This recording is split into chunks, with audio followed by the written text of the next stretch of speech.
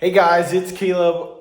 I have the beautiful Porsche 944 here, and beautiful is me joking because this thing is an absolute disaster so far.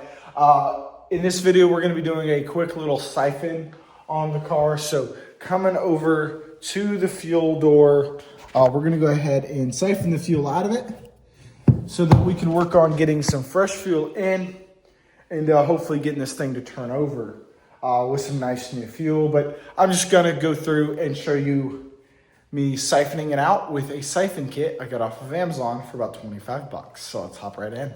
Okay, we got this little siphoner, fuel siphoner off of Amazon literally 2 days ago. So we just got it in. We're gonna end up getting this in there, hopefully a bit more, and siphoning that fuel out of there. Well, it's taken a few minutes, but I think we're getting there. Not much is coming through anymore. I mean, we're still getting some, but not as much as we were getting. And we're going to keep on doing this until we can't get any more. Okay, we finally got it all out. Time to put the cap back on. And we're done siphoning fuel for now. It should be literally empty. That was a lot more fuel than I thought it would be. About 5 gallons.